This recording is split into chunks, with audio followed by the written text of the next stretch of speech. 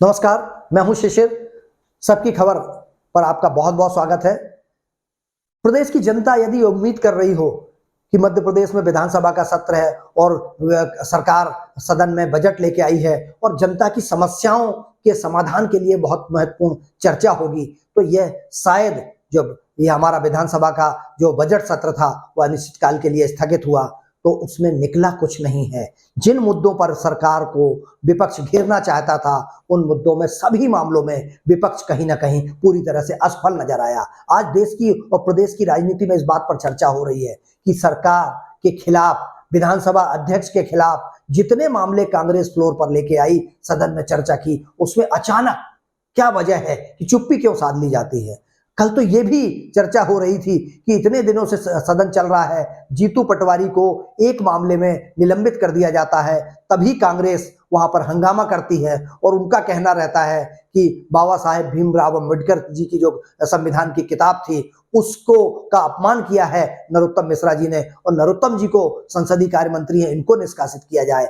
उसके बाद हंगामा होता है, सज्जन सिंह वर्मा और विजय लक्ष्मी साधो दीर्घा में आ जाते हैं, आसंदी के पास आ जाते हैं और उसी तरह से किताब को सज्जन वर्मा फाड़ के फेंक देते हैं।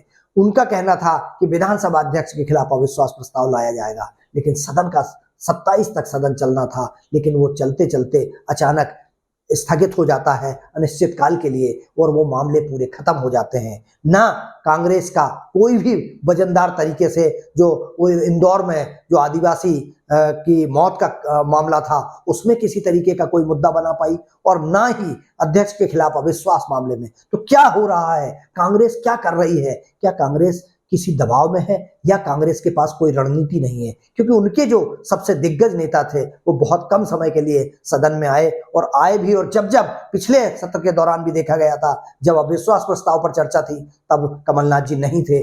आज भी, अभी भी सदन में जितने महत्वपूर्ण मामले आए उसमें कमलनाथ जी सदन में नहीं रहते हैं। तो क्या कारण है? कहां कांग्रेस में अंदरूनी, क्या इसी प्रयास और इसी ताकत के दम पर ये कल को विधानसभा चुनाव में उतरने वाले हैं? जबकि मैं दर्शकों को बताना चाहता हूं कि मुख्यमंत्री शिवराज सिंह चौहान ने जैसा ही सत्र समाप्त हुआ उसके बाद एक कैबिनेट की बैठक की और कैबिनेट की बैठक में ये जता दिया हर मंत्री को, हर विधायक को कि सरकार की उपलब्धियों को लेकर आज से ही जुट जाइए, गांव-गांव में जाइए। मैं हर सप्ताह समीक्षा करूंगा कितने मंत्री किन गांव में गए, कितने विधायक अपने क्षेत्र में पहुंचे, और यह सरकार की उपलब्धियों को गांव-गांव तक पहुंचाना है। लेकिन कांग्रेस कहां नजर आ रही है?